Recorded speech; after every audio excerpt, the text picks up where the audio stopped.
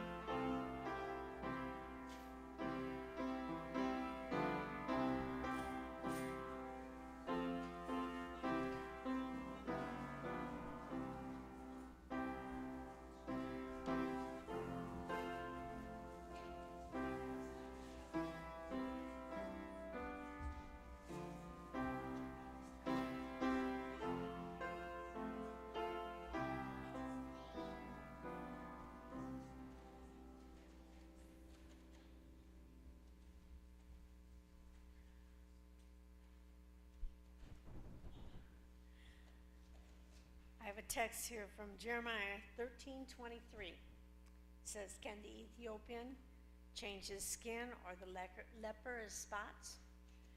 Then may you also do good who are accustomed to do evil." You know, God made lots of animals. Let's see what he made. He made kitty cats. And let's see, I think that God made, got a big one in the bottom there. I think he made puppy dogs.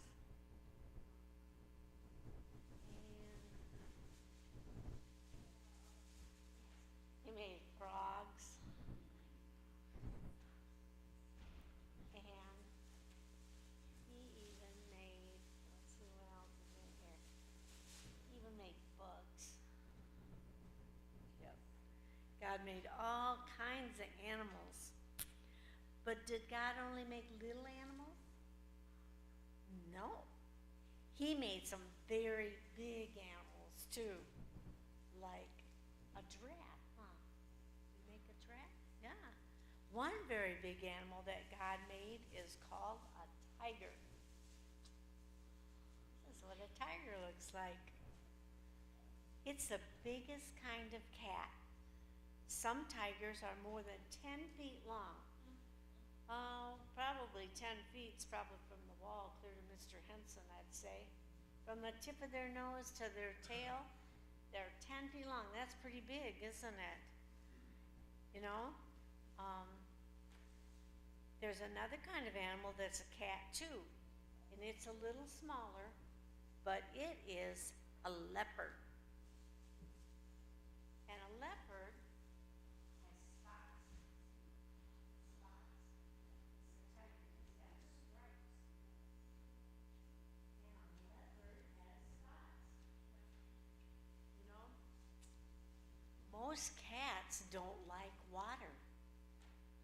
But tigers and leopards, they enjoy being in the water. When it's hot, they like to cool off in the pool.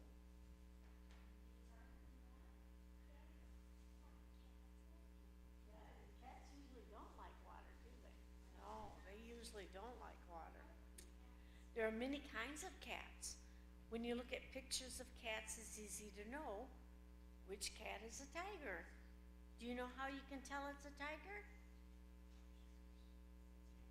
It's got stripes, that's right.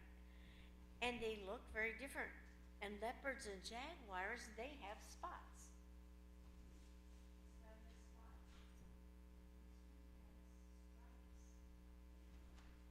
Now suppose that one day a leopard were to think, I don't like my spots anymore. Do you think that he could just take his spots off? No. That would be very hard, wouldn't it? What about us? When we see how loving and kind Jesus is, Do we wish we could be loving and kind like him? Yes, we do. But can we do that all by ourselves? No, we can't. Even if we try very, very hard. But Jesus can change us. If we ask him, Jesus will change us to be kind and loving and just like him. Let's ask Jesus to help us to be like him. Our kind Heavenly Father, thank you so much for the Sabbath day. Thank you for all the animals that you make. And Lord, please help us to be more like you each day. We love you, Jesus. Amen.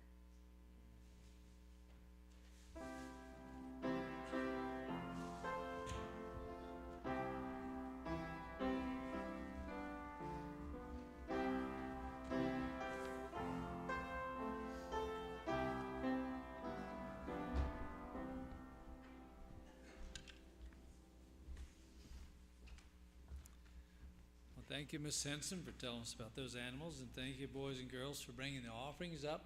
And you're helping to make Christian education available for children sometimes when they don't have all the money they need.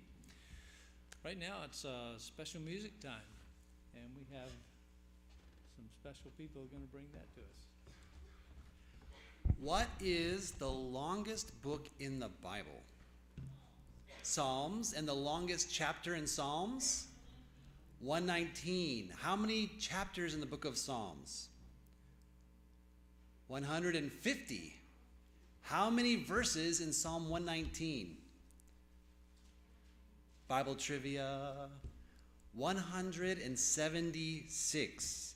In the Psalm 119, 114, it says, "You are my hiding place." Where do you go when you're in trouble? Who was hiding in the story in Psalms? David was hiding. Who's he hiding from? He's the next anointed king. What does he have to hide from? The current king, right? And the current king and all of Israel's army is chasing after him. Where are they hiding? In caves, right? But David knew it wasn't the caves that were protecting him. It was the Lord. Psalm 32:7 says, "You are my hiding place. You shall preserve me from trouble. You will compass about me with songs of deliverance." We're going to sing, "You are my hiding place."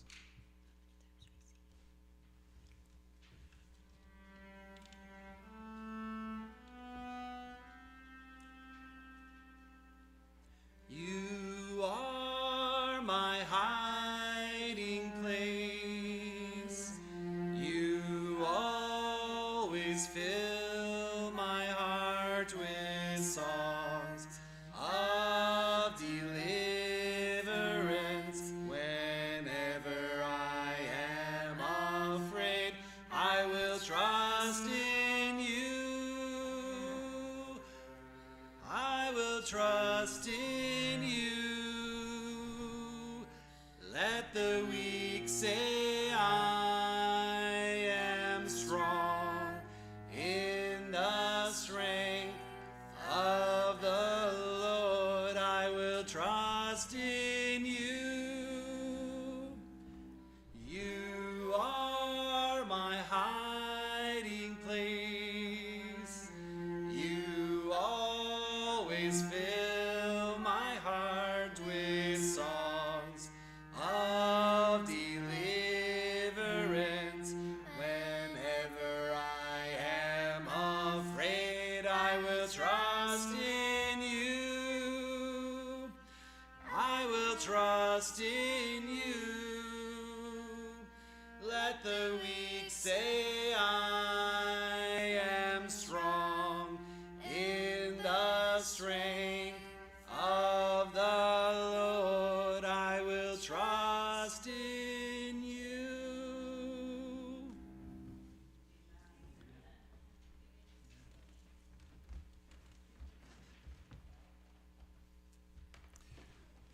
Thank you so much. Enjoy that big special looking fiddle there. And Andrew has quite a solemn tone to it. And it's quite fitting for Andrew. He usually has kind of a solemn face. That's a good smile too, though. This morning we're going to open our Bibles to 2 Kings. So look that up. 2 Kings, we're going to chapter 5.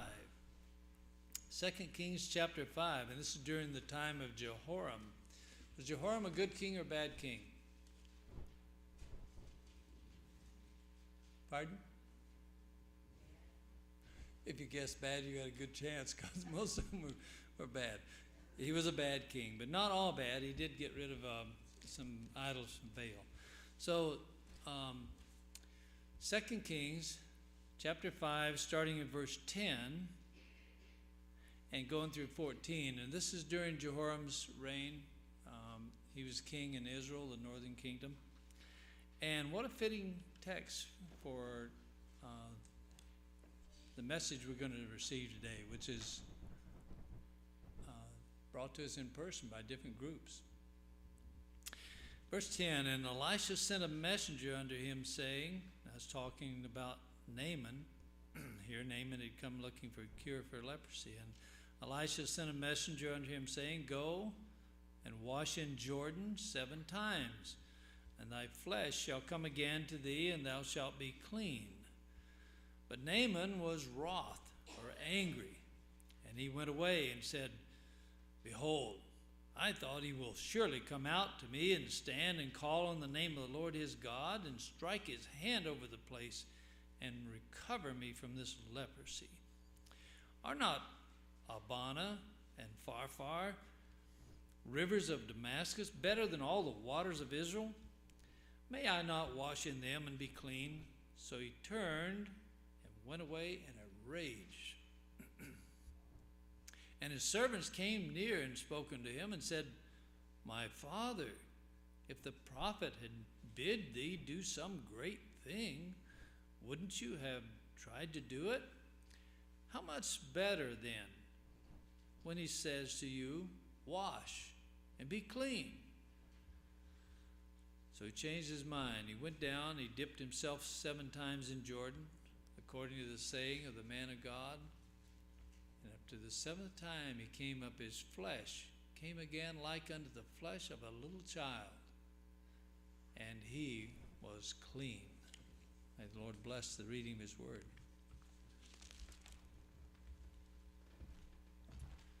Let's begin with the word of prayer. Heavenly Father, we are living in ominous times, Lord, of great spiritual darkness, of famines, of wars, of pestilences. Times, Lord, when you need a people who can shine the love of Christ to our communities around us. Father, I pray that your sweet Spirit will guide us, that you will lead us to a closer walk with you so that we can resemble the way that Jesus ministered to people. In his name we pray. Amen. What did Jesus spend most of his time on earth doing? Healing. We call ourselves his disciples, and so if we call ourselves his disciples, we should also be part of this healing ministry. Anybody here agree with that? Amen. 7 testimonies. This is testimonies to the church. Who's the church? We are. Page 62, it says, we have come to a time when every member of the church, who's that? That's you and me. Every member should take hold of medical missionary work. So today we prepared something different for you. Is different okay? Instead of a sermon, we're going to have half of you come over here, and Elder Malavi will be talking to you about air. Really powerful information about how we can make our lungs work really well.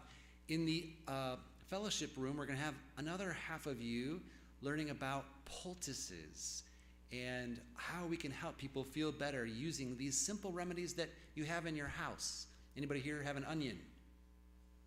Potato? We've got these things already in our house, and so we're going to learn about them. She says, everywhere people are perishing for lack of knowledge of the truths that have been committed to us.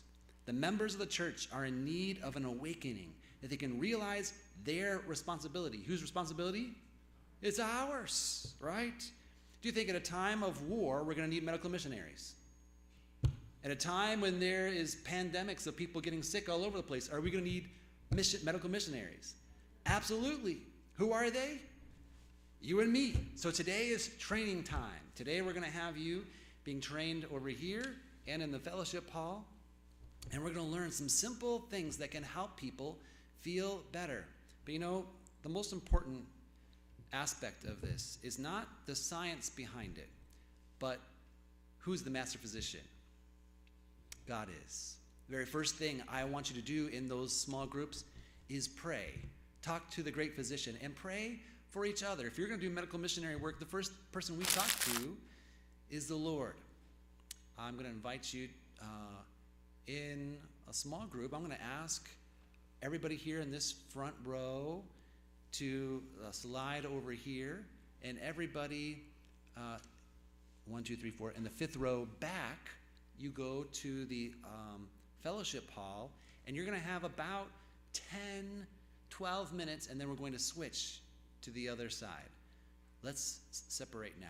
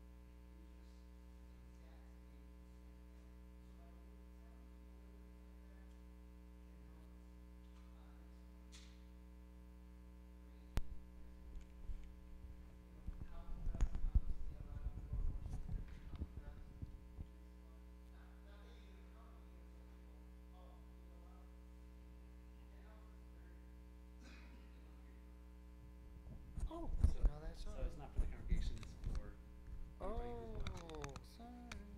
Okay. Welcome back, everyone. Sorry. So, obviously, we're not here to tell people your house is dusty. That's why you're sick. No. The Holy Spirit will guide you as to how to speak and how to say. Because trust me, we're just planting the seed. That's all we're doing. And they will, hey, how are you doing? Guess what? That little thing you told me about, opening my windows, that helped us. You know, can you tell us more? You know, carpet, you know, also. Damp, moldy areas, you know. I know it's an extra cost, but sometimes you have to, like when I came here, I'm like, really? I had to buy a humidifier in the winter and a dehumidifier in the summer? Really? Okay, there goes our budget. But anyway, but it helps. It's a health. You can't put a price on health. Next one. So here's another thing, how to protect ourselves. Like, for example, somebody told us about somebody who has croup. You know what croup is? It's a upper respiratory. You hear the little kids, and they sound like they're, well, they sound like they're seal. And it's the upper airway. No, it's not. It's called croup. It's upper airway inflammation. So they inflame. So, yeah, the whooping cough is different. And this, they usually in the hospital, they give you, it's viral. So it doesn't matter what antibiotics they give you. It doesn't do anything. And on top of that, they give you racemic epinephrine, which is, it's not a dilator. What it does is it diminishes the inflammation, but it just has so many bad things. But if you go into natural remedies, I mean, all these little simple things. Now, the problem is that now you have a headache, and what do? You chop a pill, and you want it to work in 2 seconds, just like the microwave syndrome. I want my food in 1 minute. The thing is, medical missionary takes a little longer, so you have to tell people it takes a little longer, but it's going to help you without having the side effects of all these other medications. So how to protect yourself? First one, obviously, move to the country. But even still in the country, you got to be careful. You know, you can have polluted air inside your house. Any another one? Move to the country. Circulate fresh air. Very simple. Use houseplants, as we mentioned earlier. Sleep with the window open. Now, there's one thing I need to say this, which I agree, but I also disagree. Do not ever sleep with the window open with your head towards the window. So in other words, if you have your bed and you sleep, no, that window has to be away because you lose a lot of heat in your head. And if you have cold air, it will draw it and you will wake up, not with a cold, but you will wake up with a runny nose because you lost so much heat in your head. So you lose a lot of heat through your top. So never sleep by the window with the window open. It has to be some other window that can, as I said, comes in, that it won't affect your sleeping. Because you do, some people wear hats, but some people wear hats because they think they're going to sleep warmer. And they will, but even if you sleep with a hat, you're still losing heat, and the cold will still make you a little bit, you know. And the next one, it says here to use air conditioning wisely, and they say wisely is because people think, oh, it's filtering the air, and the air is fresh, and it's cold, and it's nice. No, sometimes dust builds inside, and then you need to clean those, the filters, the whole thing. So just because the house feels fresh, it doesn't mean it is clean. Next one, van appliances. In other words, just make sure that all these are, if you have something that is filtering your air, like we used to have filters in air purifiers, but for the white noise, not because it was purifying the air, because you got to buy some really expensive ones to clean the air, but they do help. Next one. Obviously, this is a no-brainer, you know, no smoking. Next one. And that's another thing, bring it back. We have to be very, very careful because I've walked into people's homes and they could have the windows open. They could have air purifiers, and if they're smoking, you know. So when it comes like that, you just have to put it in prayer. Because I remember a story, I think one of Doug Batchelor's pastors was saying that they were giving Bible studies to a person, and this guy was a chain smoker as they were in the table, you know. And after months, he gave his life to Christ. And he said, if you guys would have told me within the first 2 or 3 months that my smoking was abolished to you, or that it was hindering me, or he goes, I would have walked up and never seen you guys again. So the people were getting the secondhand smoke, but they were persevering, and I'm pretty sure they put it into prayer, and this person quit smoking and became a son of God, and a gospel preacher too. So be careful when it comes to smoking. That's a very touchy, sensitive thing. Did you know that there's some types of foods that will help you with your body and cleansing your body? Blueberries are very good antioxidant. Next one. Hindrances. There's a lot of people that will wear tight clothing. That's probably not the issue around here, but you'll be surprised how a lot of people want to wear the tight jeans and the tight belts and the tight blouses, and that will actually restrict you from taking a deep breath. Now, well, no. I'm going to tell you something. There's a misconception. Go to the next one.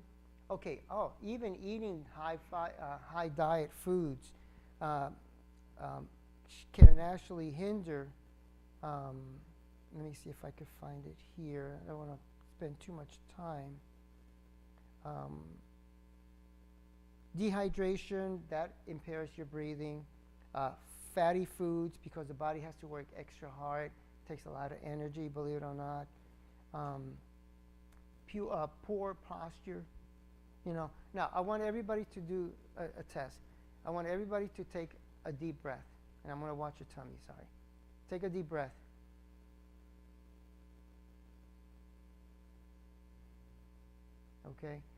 Okay. I think half of you guys fell into one category or the other. I'm going to breathe twice, and I want you to tell me which one is right or not. Okay, this is the first one. Second one. Which one is the correct one? Okay, you say second? First one? First? Okay. First? You're right. But then you guys should have followed. See? The way the diaphragm, the thing is, but I faked that a little bit, because what you're doing is you're restricting the lungs from expanding. And when you expand, the tummy goes out. Nobody wants to show their tummy going out, so they don't take a deep breath. So people go, and they want to keep that, so I take a picture, and they just hold that breath, No, the proper way is for your tummy to come out. Because the way people breathe, people think that you are filling your lungs with air whenever you expand. It's the negative pressure that is inside the cavity of your lungs. So that's a negative. So when you take a deep breath, the pressure inside the lungs is diminishing, and the lungs are expanding. I have a picture of a lung expanding. It's really interesting. If I could find it, I'll show it to you guys another time. But it's exactly. But you can. It has to be an enclosed. It can't be just like, here's a lung and he's going to expand. It has to be enclosed in a negative pressure environment. Because you ever seen people got a pneumo, or they get a puncture and their lungs collapse? It's because you puncture not the lung, you puncture the lung, but you puncture the pleura, the little encasement where the lungs is. That's where you puncture, so all the air went out, so the lung collapses. So what keeps your lungs open is the negative pressure. Okay, that's a little too much detail. But anyway, also when you eat high fat diet, your blood clumps up. So what happens when you have clumped up blood? It makes us sluggish. It doesn't go through it as it should. But when you're eating well, it disperses itself in a normal diet. So your blood is flowing. But when you eat a lot of heavy stuff, it just becomes sluggish. You become sluggish. So that can also impair. Now remember, whenever your body is in distress, your respiratory rate increases. You're trying to get as much possible, air or oxygen into your lungs. Next one. Okay, that's not a piece of beef jerky. No, that's a lung that has a lot of tar. When I was a little kid, one of the biggest deterrents was I saw a movie. They were showing it in our church, in my grandfather's place, where my grandfather used to live, and they actually showed this was years ago. I was a kid, and they actually have an operation, and they open the chest, and they take out the lung, and the lung is as black as you, and they take it out, and I think they were doing a lobectomy, which they were taking part of the lung out, even though the rest of the lung was bad, but this was just all tar, and then they cut it in half to show you, and it looked like a 4-inch beef jerky being cut in half. It was horrible. And I was like, oh, and I must have watched it like 7 or 8 times because it was so fascinating the way they opened it. But anyway. So have they found that vaping, not smoking, does the same thing? Oh, vaping is worse. It doesn't cause this, but it causes other problems aside from that. That's interesting, because I don't think they talk too much. Like when I was in school, probably you too, we got this. Now vaping's just different. Oh no, vaping has become is so bad, but that's a different beast. Like in the 50s, remember? I'm not saying remember, but in the 50s, smoking was the thing to do, and it wasn't until 25 years later that vaping now they know is bad, even though it's started. Sorry. Yes, unfortunately, vaping has been shown, and even in the short amount of time, that is horrible. So can you imagine what it's going to do 10, 15 years from now? So, but aside from that, that's what a lung looks like, unfortunately. Next one. He did? Oh, I was just, you couldn't tell me. And these were like medical missionaries that came to show us, and they showed the movie like every night, and I kept watching it every night for a whole week. I was like watching, but the thing is, it's sad because the lungs are very persistent and persevering. You could actually smoke until the age of 70, but once it hits you, it will hit you hard. And lung cancer is probably one of the worst cancers you could ever experience. I'm not saying that it's a worse or better. Cancer is just bad, but lung cancer is worse. Go to the next one. Dehydration, tight clothing, as we mentioned, poor posture, incorrect breathing. And this is just an example, but we're not going to go over this. You know that when you take a deep breath, the lungs expand and contract. Next one, and I think that will be at the end of it. So take oxygen breaks. Huh? Yeah, now, have you ever seen one of these very quickly? You know what this is just showing you? It's just showing you the amount of percentage of oxygen that your tissue is getting at this moment. It should be anywhere in the high 90s. And it's funny, because my dad's oxygen would get low sometimes. You tell him, take a deep breath, and then seconds, it goes up. 90. Well, you could cheat. You could hold your breath and it will go down. It should be high 90s. If you're like in the low 90s, that means there's some type of impairment that is causing your oxygenation to be low. Thank you. Sarah's waiting for you in the next room, so if you'll transition, the other team can come in. You know, people come into my business and ask, what kind of deals do you have today? And best deal in town is free air that you get in here. Yep. The only thing in it is you actually need. So yeah, this is how much oxygen your body is getting. How much are you getting? 98. That's good. That's good. Okay. Thank you, my friend. We got to do it all over again now.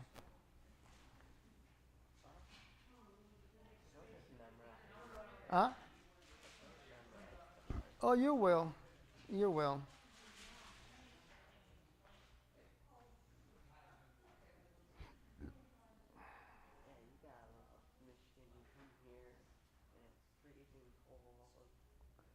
Yeah.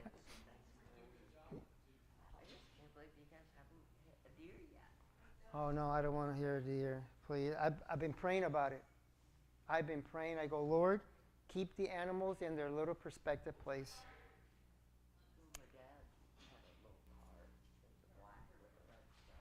Can you do me a favor? Can you take this to him and ask him how to? This fell. Can you?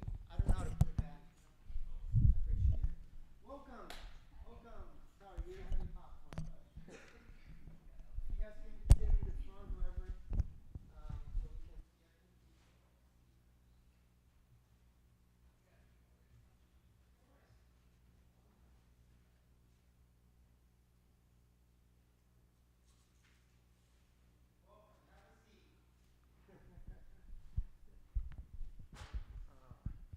Let me just put this first. All right. Let me just put it in my hand. There we go. So I heard somebody's from Loma Linda. Ah. Very nice. Here to work on research for about 6 months and then she'll go back. Wow. So you go back to the nice clean air? Well, on the weekends it'll be nice clean air. 'Cause I work and I spend my weekends at a horse farm in Banning. Nice. Nice. Okay. Well, we used to live 20 miles south from Loma Linda at the end part of Riverside, close to Corona. We used to live around that area, so. Went there for the, I shouldn't, but I pick up a blanket, so. Okay, do we have anybody else coming, or Yes, this we is got it? Aaron. Okay, I'll give it a wait. My mother had that. Well, I heard Dusty's shorter than. Come on, give her around. I kind of put the. Oh, well, no, no, no, okay? Right here, Mom. We'll just go beyond that way. You don't have to fight with anybody. Well, welcome. My name is Tony Malave. And today, can you see the computer from here? It's at an angle? Okay, good, good. Okay, so as the pastor was talking about medical missionary, a lot of us are health professionals and it comes easy. You know, people come up to me, goes, what should I do for my kids? They have this, they have that. And I don't put my own input. Obviously, I want to give them an educated, information. But sometimes you could help somebody just by having simple methods, and a lot of people go, what do I need to know about air? And believe it or not, you might know California is horrible. Well, the thing is, I was telling the previous, that I think we were coming from New York, and we were landing into, I would say the pilot was very intuitive. He was like, on the right you have this, on the left you got that, that's a lake over there, and everybody's looking to the right, everybody's looking to the left. And then as we're coming down into Los Angeles, or was it Ontario? It was one of those two airports. And he goes, I must apologize for what you've seen outside. And as you're coming down, the blue sky disappeared and it became gray. So he says those are not dark gray clouds. That's pollution. And there was a layer, and I'm not exaggerating. It's a layer, and you see yourself going into that layer, and all of a sudden the windows, that's how bad the pollution is. Now, Southern California is very famous because first, it's a valley. Two, you got mountains on the side, so all the pollution just stays there. And it just stays there all summer long. And you know how long the summers last in California, from April all the way to November. It's pretty much summer. Well, you know what? But listen to this. A lot of people think, oh, the sunshine. Well, you have to go to the beach to barely see a clear day. Or Big Bear. You know about Big Bear. You will have to travel 8,000 feet elevation up. Now, after 5,000, you'll get some nice clean air. Yeah, people from Loma Linda live 10 years longer, right? That's what I heard. Okay. In perspective, okay? Because imagine, you ever heard of somebody saying, I eat very healthy, but I don't exercise? Or I exercise, but I don't eat very healthy? Which one of the two will outlast each other? They will pretty much be the same. But what if they say, I exercise and I eat very healthy? Okay? Now, what about I exercise, I live very healthy, but I live in Michigan. I exercise, I exercise, I live very healthy, and I live in Loma Linda, or Miami, or Chicago. Which of the two are going to last longer? Or supposedly? The one with the fresh air. Why? Because you don't have those pollutants. And unfortunately, a lot of people have pulmonary diseases and they never smoked a cigarette in their lifetime. So there's a misconception that because I never smoked that I'm going to, no, you could live. And the thing is, I lived in almost 30 years in the Loma Linda area. And you forget about it, you don't think about it, you live with it, but your lungs are eventually going to be hindered. Now imagine those who are already smoking and still living in there. So that's why you have a lot of young people. And when I say young, I'm talking about 45, 55 years old, that they look already like they're 90. And it's because not only did they do them to themselves, but the environment is a big issue. So today we're going to talk about something very simple, which is air. And why do we have to talk about air? Well, hold your breath and see how long it will last. They were saying that 5 minutes to 10 minutes, depending on how long you can hold your breath, you could go brain dead within that time. Brain dead. You could actually, if you go forward, let me tell you a little story. You could go brain dead. So air is very important. There was an experiment in the 1875 in which they sent people on a balloon up in the air to see how high they will go. So they went 28,000 feet. Now, just to give you a perspective of what 28,000 feet is, you fly in a plane 33,000 feet, roughly. Mount Everest, roughly, is 29,000 feet. Now, is there oxygen up there? Huh? No, actually there is. The problem is the pressure that doesn't get it into your lungs.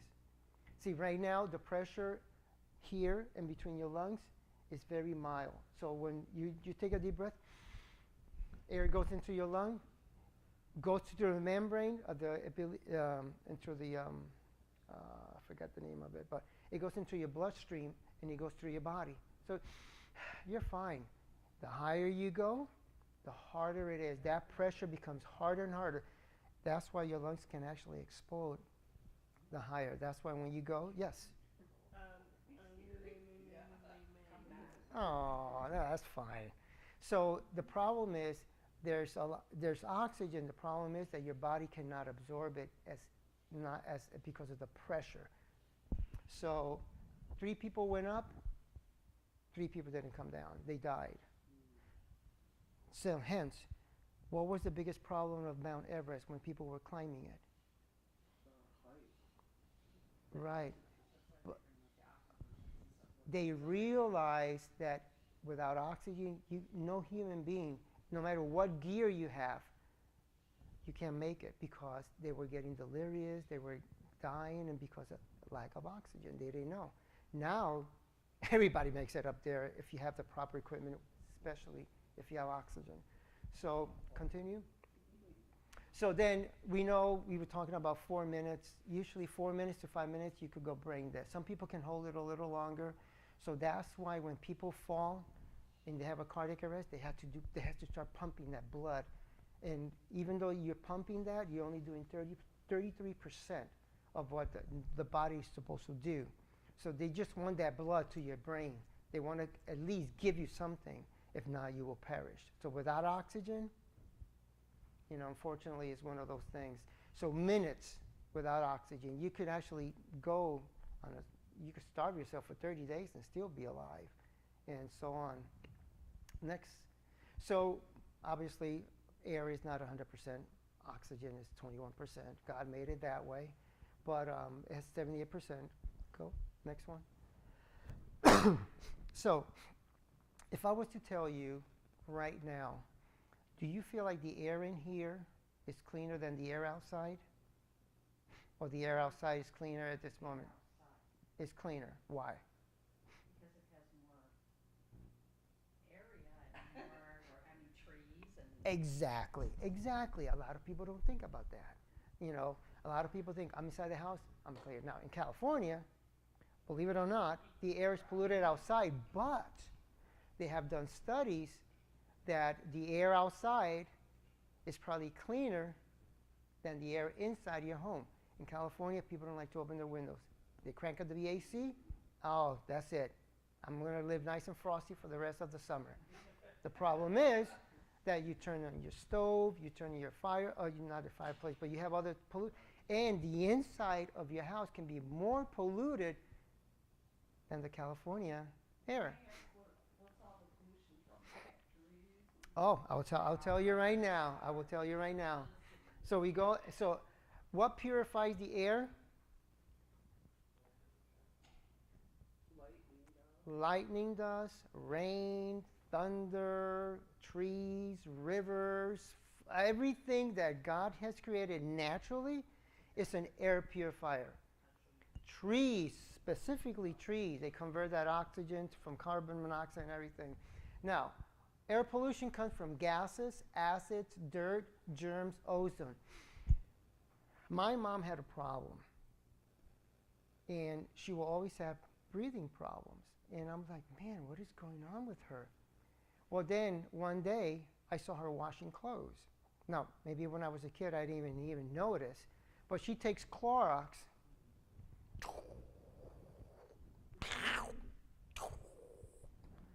Her whites needed to be white. But what happens when you take Clorox and you go like this? Those fumes go all over the house. And guess what? It irritated her lungs. And I go, Mom, you need to stop using Clorox. Now, when I was a kid, I didn't care. I didn't mind. I didn't know. Right. So I just wear my white.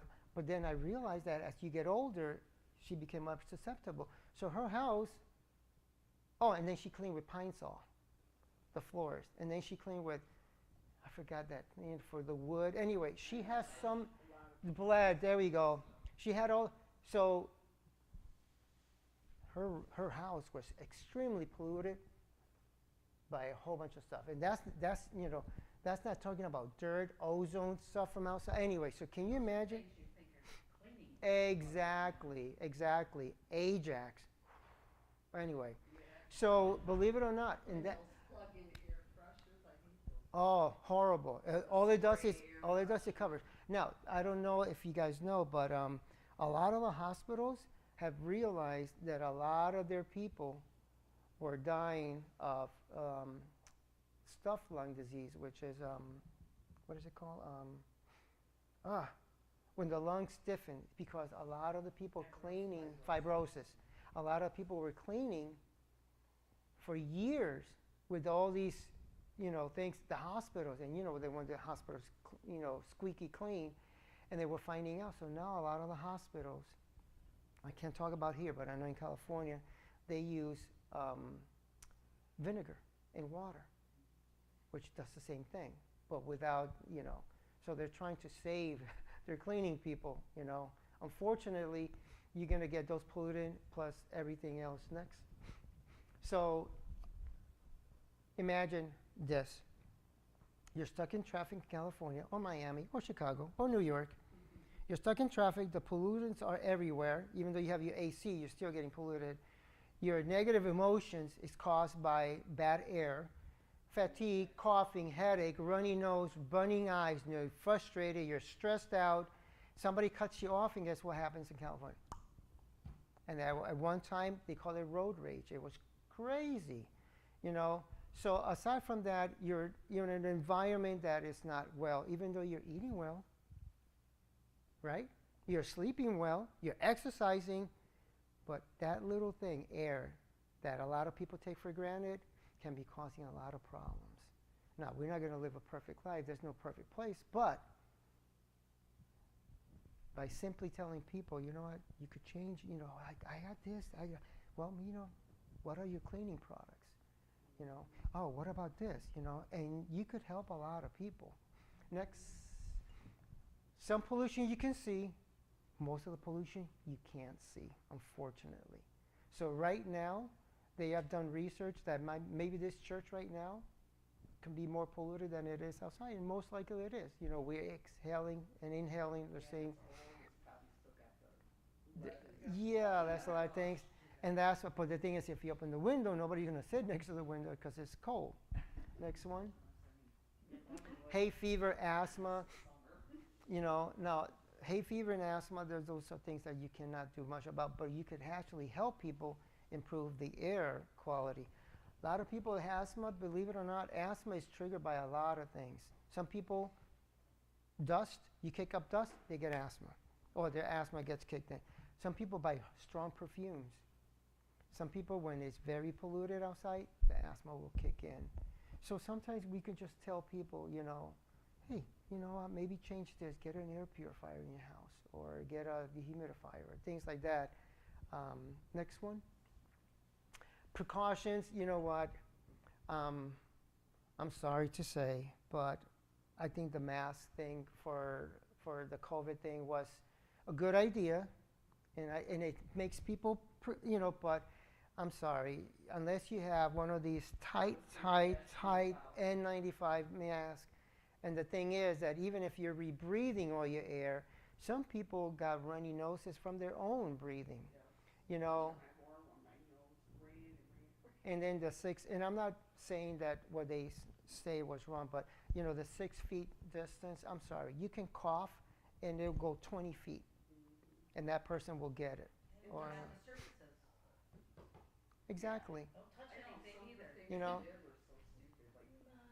You're like this, and oh, my eye itches, and next thing you know, you're itching your eyes, or I have some, So you got asthma, allergies, bronchitis, emphysema, and that's another thing about bronchitis. Bronchitis is one of those inflamed your bronchioles.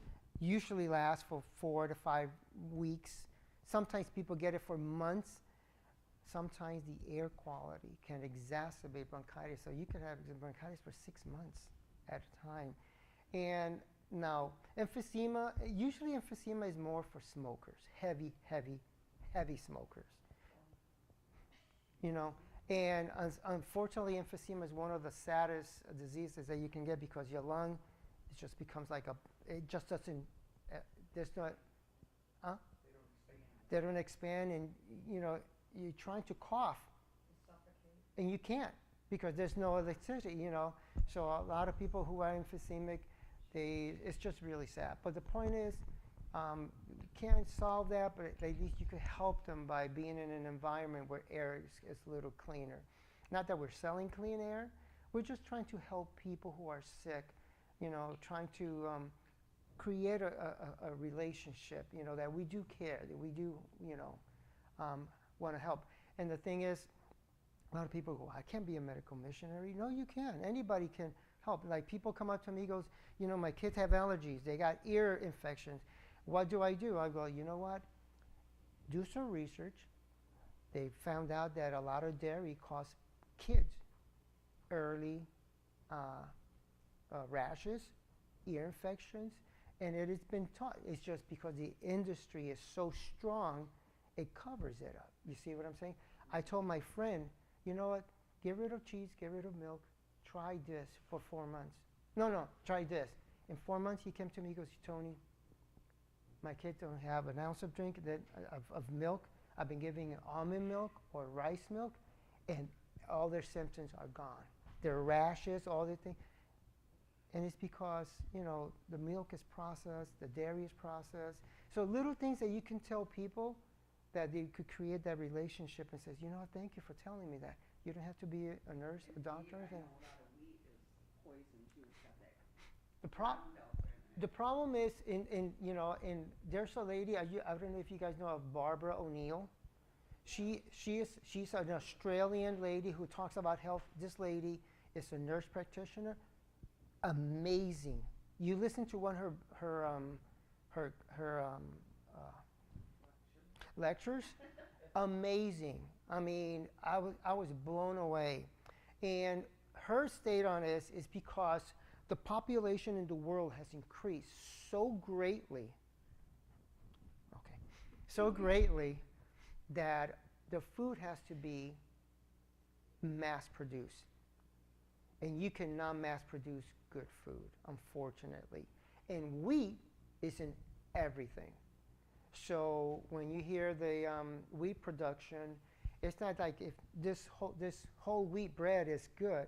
No, the problem is if it was mass produced with wheat from other countries, and it's, the non-GMO is fading away, unfortunately, because how do you feed billions of people? Same thing with chickens and food and meat. It's not like in the 1800s, 1900s, which you could have a cow, you could eat chicken. Now, I think of what I read last, a chicken grows to maturity, in 38 days, 40 something days? Now, it's half the time. Now, but they say, hey, we're not giving them we're not giving them steroids, all that stuff. But then how do you grow a chicken in half the time? And with bigger breasts, because that's what sells. Because you get exactly. So if you look at, and this is not even meat. I'm talking about just regular grains. They have to mass produce it to feed the world, and a lot of it is really bad. Like and they're trying to Monsanto. You guys heard of Monsanto?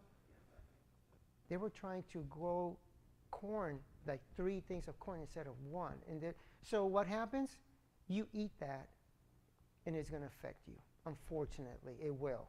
So do you have to buy all organic? No, but you have to be careful of what is out there. So all this food, all this stuff causes problems. And later on, you're going to see that eating high-fat meals can impair your breathing too. Polluted air inside churches, buildings, everything, horrible. So next one, poorly ventilated buildings. Now they even have a name for that, in which they don't even open them. As a matter of fact, they build buildings, then the windows don't even open. Everything is just with air. Next one. Poisonous gas. Every time you turn that wood stove, every time you're going to warm up your milk, that causes, it's a bad pollution that you don't see. Now, you open your window and it's gone because you just, you're not cooking 24/7. Next one. See, you could just turn you cook your food. But the pollution there is very minute. But if you don't open your windows and you just keep it closed all the time, then that builds up and it can actually hinder you. Next one. House dust, that's a given. Next one. Damp, moldy areas.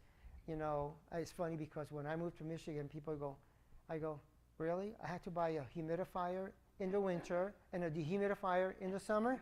I go, I'm going to go broke. And it's funny, and we have it, because the first time we were like, can't take it. Our plants look like this. Our wood is cracking. So anyway, but the point is you have to do something to the air quality, because even I was told my piano can crack.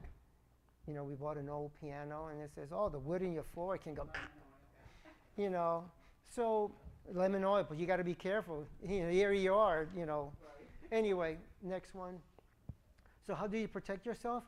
You know, believe it or not, a mask is not the issue. I mean, it's not the solving problem. It's not. But what can you do? Move to the country. And that's why my wife, my daughter, and myself are here in Michigan. We've been praying. Is that the main reason you moved out here? Not because of this. This is the plus. But to us was, you know, and I don't want to say anything negative about places, but Southern California is a mecca for, one, pollution, two, crowdedness, three, the crime, but it's just the environment is Southern California is a melting pot of different cultures, and young kids get lost.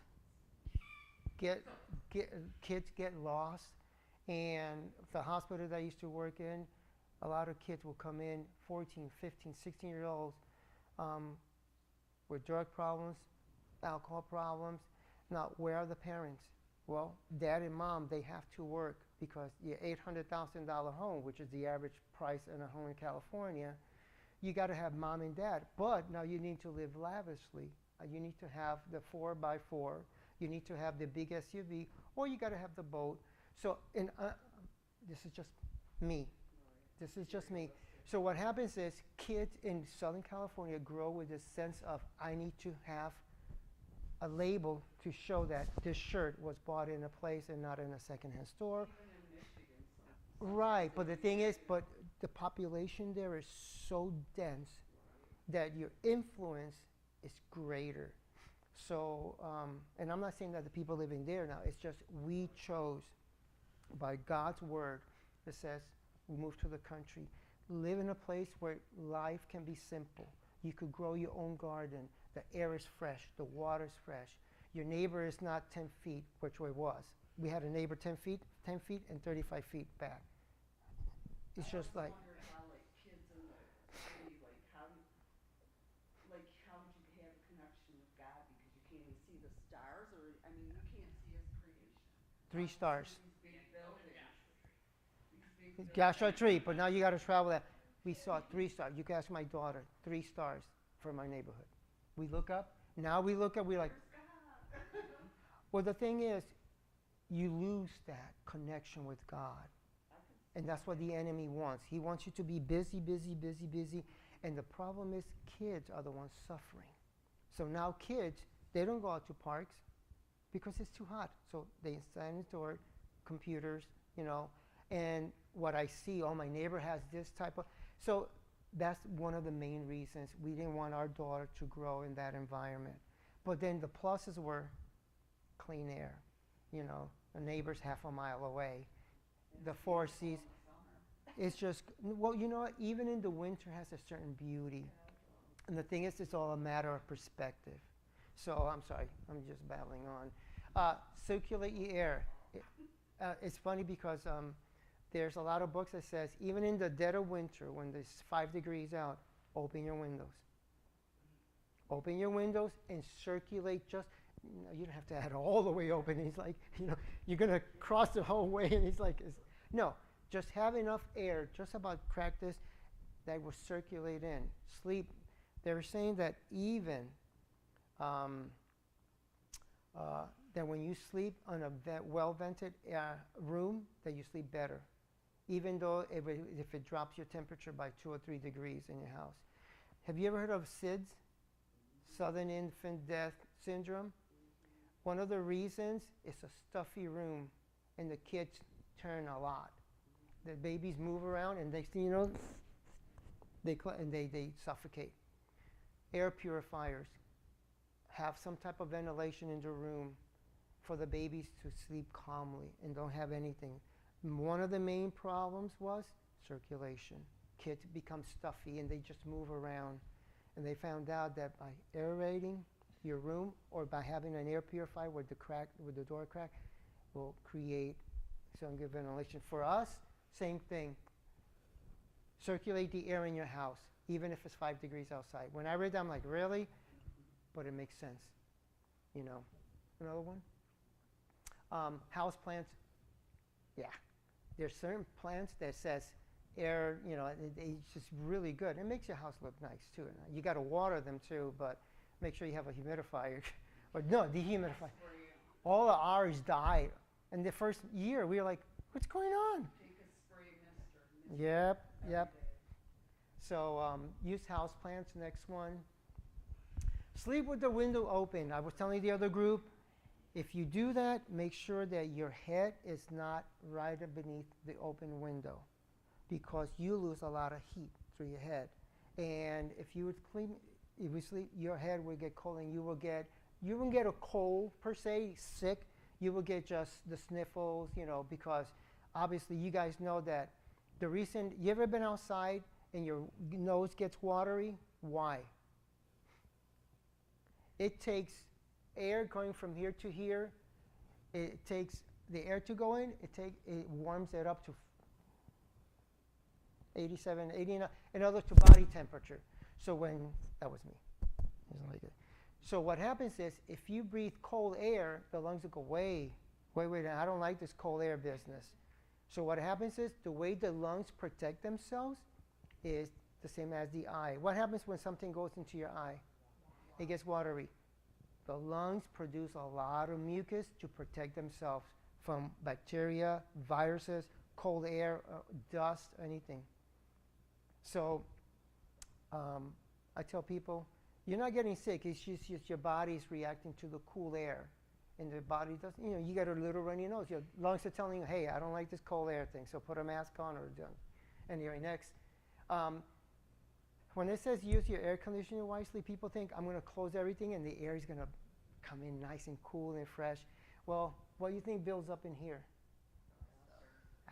So now you have something blowing dust at you if you don't keep it clean. It's just common sense. It's just things. So, but people forget. Next one. Appliances, same thing.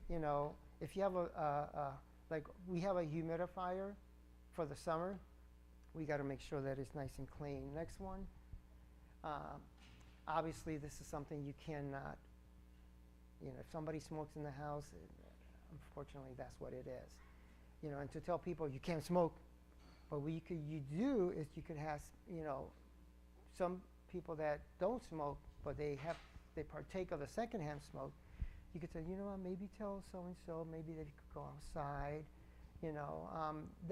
This is a very touchy subject, because when it talks about smoking, you just can't go up to somebody and go, hey, quit, or get out. I've spoken to thousands of people, and they says, I wish I would have never gotten this. He goes, but I've been smoking for 50, 60, 40 years, and it's just addicting beyond of what they can actually do. Now they got patches and everything, but it's a very, very tough thing to. So when it comes to this, that's how much we can do. Foods, there's a lot of foods. Do the research. There's a lot of blueberries and anti-inflammatory, antioxidants, and all these things. So, it's a combination. It actually will help you breathe better. Next one. Make sure you wash them off though, right? Wash them off. That's another thing, yeah. So just as we finish, I want people to grab a couple of these. You guys seen these, right? You ever wonder for those who are not medically, you know what it means? When you see like 92%, what happens? It's the amount of oxygen your tissues are getting. So if you're 91 and you think, oh, so I'm in the 90s, no. That means there's something going on. Sometimes you're restricted, sometimes that your oxygen. No, 99, there we go. All it is, and the reason is to show this is because it's just for us to get an assessment of what is going on in your body. If there's something, if the numbers are not going well, that means there's something impeding from that oxygen to get into your tissue. Now, can you go to the next one? Believe it or not. Huh? 99 is perfect. Even if it's 96 is good, 97. If you go 95 and below, it's a hindrance. Now, let me ask you this. Let's say right now we all went out for burgers and pizzas, and we just indulge in it. and you were to take maybe later on and take your things, your saturation might be low. You know why? Because when you eat fat foods, go to the next one, your blood thickens because of the fatty and all that stuff. So what happens? What carries oxygen? The blood. So if it's really thick and it's sluggish, that means it's not getting to, you know that toe you have that you want blood to get to it? It takes a while to get to there. You know, and the body always stays warm in the middle. Extremities are like, whatever, we don't really need to get there. But you get capillaries at the end of your digitals, and you know, eating, believe it or not, can hinder your breathing too. So imagine, you know, indoors, you're not exercising, you're eating this, and what happens to your breath, your breathing? It hinders it, and you never smoked a cigarette in your life. So these are things that we can tell people to help them out. You know, you don't need to be a doctor or anything, just simple things that we can help them out. Like, for example, when people come to me, he goes, I have a cold, how can I get rid of it? Garlic. Garlic is a natural antibiotic. Yeah, you'll smell like a garlic clove, but hey, you're feeling better. Huh? Eat it raw. I mean, you could make teas. We make teas. You know, but believe it or not, I found out that the more you take it, the less it will smell on you. So we, huh? Garlic pills, they're good if you don't have anything else. But the real thing is just natural. And you know what? Let's say you don't like it because you know, people say they sweat it. You know, chop it up into little pieces. Put it and put hot water, really hot water. And what happens is the water will absorb all the smell. So when you drink it, it's like drinking a tea. And you could drink the whole thing. Yep. But if you put a little bit of lemon, then it becomes tasty. And if you put a little bit of honey, even better. So you're taking all the garlic, and then you just drink the garlic raw too. Do you think that garlic in the jar that's already pre-chopped is okay? The minced garlic, as long as you buy organic? The thing is, anything processed went through some type of, any processed food went through some type of process. So what they add, what they don't add, like, you ever seen a drink, it says no sugar added. Well, but then you read it's like, wow, it says 32 grams of it's just they didn't add it to the sugar that was already there. So you got to be careful when it comes to processed stuff, because they could just be misleading you. Anyway, the next one. Oh, this is a piece of beef jerky. No, I'm just joking. That's a lung. That's a lung full of tar. Now, unfortunately, this is very sad because a lot of people do not know what they're doing to the lungs. And even if they did, the addiction to cigarette smoking is horrific. And they just can't get rid of it. I mean, I've seen... had lung cancer and he smoked. Right up till the day he died, he was not good. Yeah, they told him to quit, didn't they, once, and said he'd have longer life, and he still couldn't. Yeah. And it's sad because lung cancer is one of the most painful cancers there is out there. My uncle died from it, and it's very, very painful, unfortunately. Yeah. And that's sad. It's sad, but you know, a lot of people that are starting, you know, we could just help them out, you know, and not that we're doctors, but we could tell them, you know what, your health is an issue, and. They won't listen, they already know. He wouldn't listen. But they'll you'll be surprised how certain people are still in that half and half. They will be able to tear themselves out, but yeah, this is a very one. Obviously, you know that alcohol, everything. There's a lot of things that depress and it impairs circulation. If you don't drink water, dehydration is one of the big, especially like I work in a hospital. Oh man, I'm feeling sluggish, and it's because I haven't worked out. I mean, I haven't drank the water. Because to me, working at work is not work. It's not like when I'm, you know, in the outside just shoveling or digging a hole or something. So dehydration can impair. Huh? What about white coal? It's processed. Let me put it this way. In a perspective that, you know, your pancreas creates insulin, right? Every time your body gets sugar, okay, your pancreas goes, oh, there's sugar coming down, okay? Let me secrete insulin, okay? Now, so right now, if we all had an apple, all our pancreas would say, oh, he's eating an apple, she's eating an apple, natural sucrose, fructose, okay? The body, God made the body to eat that. It's energy, okay? So the pancreas goes, hey, they're eating an apple. Secrete enough insulin for the sugar, and it breaks it down, right? You're fine. You grab a Snicker bar or a candy bar or any type of bar, anything that is high sugar. The body goes, what? The pancreas goes into shock because the amount of sugar coming down that is artificial is a shock to the system. So the pancreas goes, here, all this insulin, we gotta break down all this sugar. Now, that was one time. Now imagine if you do it again, and again, and again. Okay, no. I'm not talking about pop. I'm talking about just a candy bar, a piece of cake. Now, I don't know if you guys seen, but if they show you a bottle about Coke about this, Yeah. the amount of white sugar is about this. So every time you take a pop, the pancreas goes into shock again. It's just like this is too much artificial. So and then when you hit 40, 50, believe it or not, 50% of the American people are pre-diabetic and they don't even know it. And another thing is, so what happens is that the pancreas goes, I'm done. I'm not going to do it. So that's when a person becomes diabetic. And now there's no insulin. So now you got to go every time you eat because you abuse the pancreas so much. And I'm just saying, I think there was an article in Time magazine that says the worst poison in America. And at the bottom it says sugar.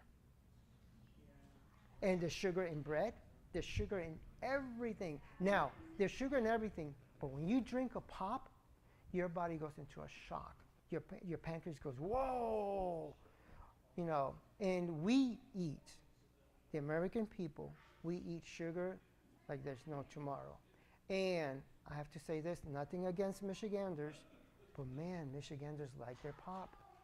In the hospital, they got the leaders and they roll them down to the patient's rooms. Yeah. Okay. Why did they give them that in a hospital? Because the hospital is like doctors. There's a video, if you guys have a chance to see it, it's called Eating You Alive. It's the confession of doctors saying, we did not know that our patients can benefit from health issues. You know, in other words, by changing their diets and everything. And a lot of those doctors confess, we changed their health. We changed the way their diets and everything, and a lot of them reversed their disease process. And right now, people think that diabetics cannot be reversed. It can be. There's a clinic in Arizona. It's a Seventh Adventist clinic. In 3 weeks, they can reverse it. Now, depending on how bad it is, you see what I'm saying? But it can be, the disease process can be reversed by just simple that. So again, the DVD is called Eating You Alive. It is just incredible what the information that they have. These are doctors, they says, we did not know. Hospitals, they don't know. That's why they have soda.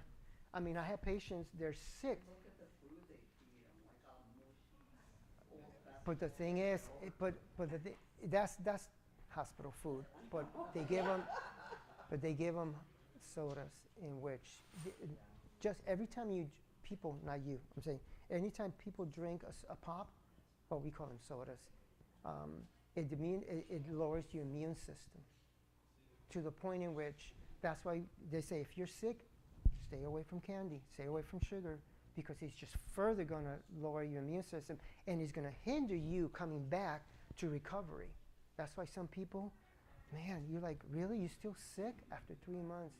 So a bronchitis that can last 3 or 4 weeks can last 3 months, unfortunately. But the breathing, huh? sugar feeds cancer. it doesn't feed it as in like food, but what it does is for example, alkaline. You ever heard that cancer cannot exist in an alkalitic situation? Okay, soda is what? Majorly acidic. So what you're doing is you're feeding that, and not only diabetics, but some people's, our bodies are made differently. You could get cancer from whatever because you've been feeding your body so much, acidic foods. So acidic lives with cancer, or cancer lives in an acidic environment. It cannot live in an alkaline. So people go, I'm going to buy alkaline water. Okay, that's going to help about this much. But the thing is, think about it. There's a lot of foods, like right now, arthritis, a big problem. What do they tell people? Eat food that are anti-inflammatory, because arthritis is inflammation of your leg. What is one thing that is so simple? What is that? The yellow? Turmeric. Awesome. But people don't know about it. They don't like the taste. But if you take turmeric and it will help you. You can. And that's why, as medical missionaries, you can help people. You want to do the next one? I'm sorry, I'm babbling on too much. Tight clothing, not restricts it. Okay, the next one, I think we're almost poor posture. I have a lot of patients, and when I walk into the room, the nurse goes, my patient's having problems breathing. They got 5 pillows underneath their heads, and they're like this, hi, how you doing? I'm like, right now, put your head down and try to breathe. It's almost nearly impossible. So I take the pillows out, I put one, I push the patient back, and they're like, poor posture things can impede your. Now, okay, I'm not going to go on this one. I want everybody to take a deep breath. Okay, we're almost done. Okay? No, let it go. Take a deep breath and let it go. Okay, watch me. I'm going to do 2 types of breathing. You tell me which one is correct and not, okay?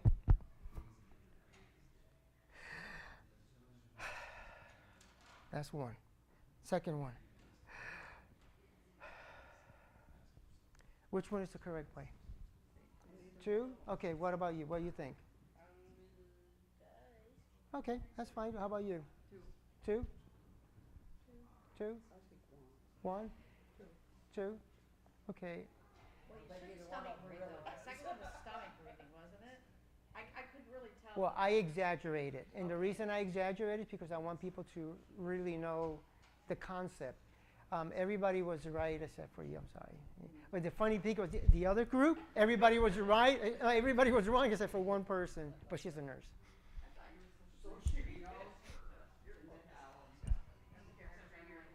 The thing is, it doesn't matter how you breathe. Air goes in here. They always tell people, how can I get should I breathe through the mouth? Joggers, professional marathoners, they breathe through the nose and through the mouth. So they make sure that they don't have a cold when they're running, because they got the maximum amount of oxygen by breathing through the mouth. If your nose is clogged, then you have to breathe through your mouth. And what happens if you breathe through the mouth? So it hinders running. So the thing is, the way the lungs expand, and I'm not going to go into the physiological part. I did it before in the other group, and everybody was like, huh? Your lungs expand because there's a negative pressure inside the pleura. So you have a cavity that is completely enclosed, and your lungs are inside. When people get punctured, their lungs collapses because of the negative pressure is gone. So that negative pressure keeps your lungs nice and open. So when you take a deep breath, your diaphragm goes up and it goes down. Now, some people go, oh, I get more air when I breathe. Well, what happens if you bring your stomach in? What you're doing is you're cluttering the lung space with the diaphragm, so your lungs cannot expand as much. You see what I'm saying? It's like me going in and take a deep breath, and I'm pushing against your stomach. Your stomach's supposed to come out. Now, I exaggerated, obviously. Your stomach doesn't have to come out that much. But usually when you take a deep breath, not. Right now, I just restrict it. Even though you heard me getting more air,